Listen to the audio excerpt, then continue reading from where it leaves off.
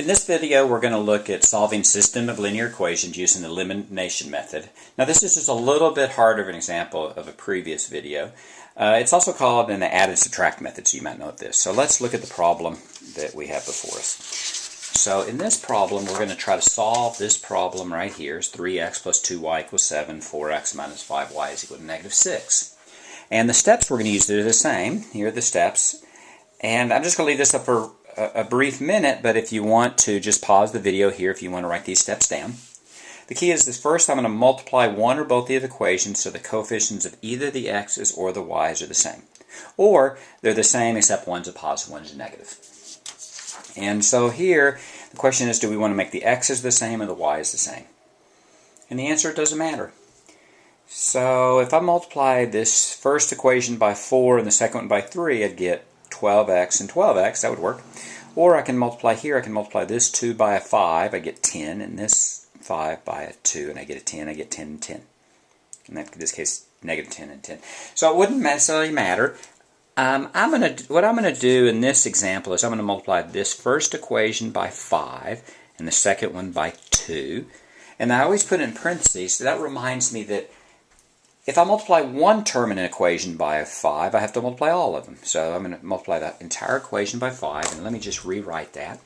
I'd end up with 15x plus 10y is equal to 35. And then I get 8x minus 10y, be real careful with your signs here, is equal to negative 12. Let's see if one of the variables are the same. Well, the x's aren't the same. The y's are the same except for one's positive and one's negative, so that's great.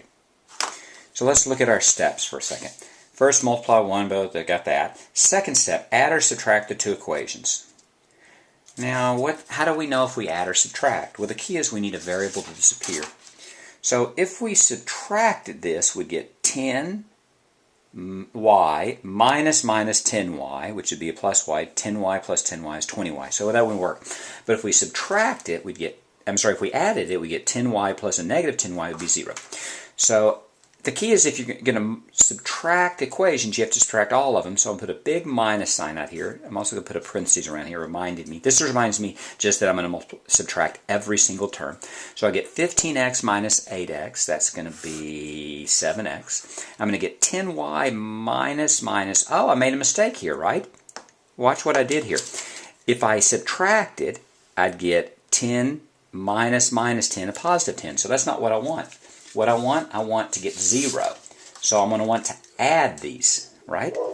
Then it's 10y plus a negative 10y is a 0. So let's try that and see if that'll work. So 15 plus 8 is going to be 23x.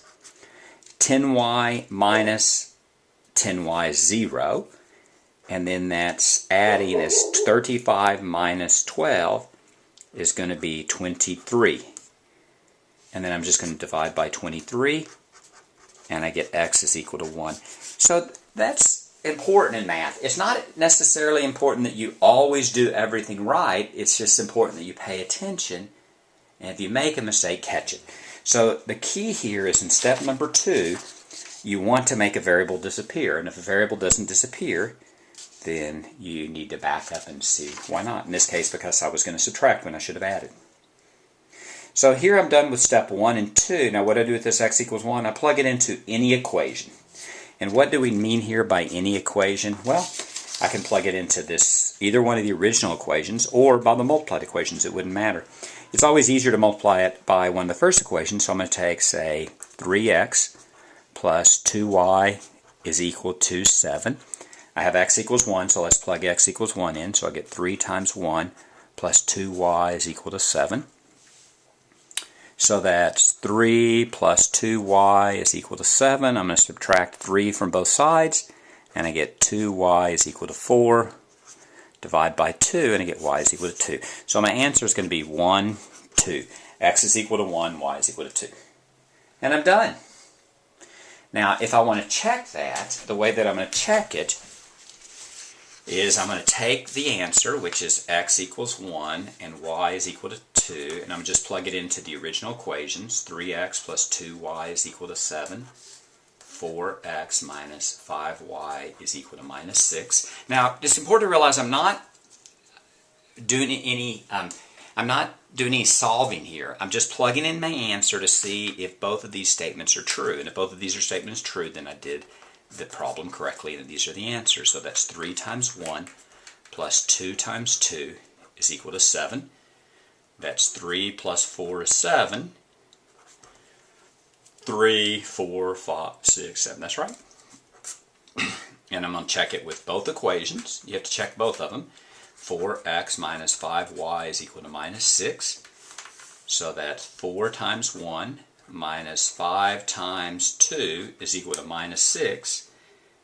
Be real careful with your signs here. That's 4, and that's a negative 10 is equal to minus 6. 4 minus 10 is minus 6 is equal to minus 6. That's right. That's how you do it. What are the steps again? Here are the steps if you want to copy them down. Multiply one or both of the equations. So the x or y variables are the same. Add or subtract the two equations. Make sure a variable disappears. If you didn't, like in the case that I did, I had made a mistake. You might be able to go back and check it. Once you get an answer, you just plug it into any of the original equations and you're done.